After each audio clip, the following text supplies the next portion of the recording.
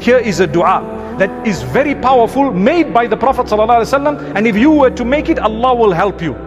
Allahumma kfini bihalalika an haramik waghnini bifadlika amman siwak. O Allah, make sufficient for me that which is halal. Grant me sufficiency in that which is halal against that which is haram. Make me so happy with what is halal that I don't have to look at haram. Imagine you have your own spouse. This dua is asking Allah to make you so happy and satisfied with your spouse that you don't even need to look towards haram. And if it were to dangle in front of you, you would still look away, because you are asking Allah, Allahumma kfini bihalalika an haramik. Oh Allah, grant me sufficiency in halal so that I don't fall into haram. Waghnini bifadlika amman siwak. Powerful dua. Oh Allah, grant me independence in such a way that I don't depend for sustenance on anyone besides you.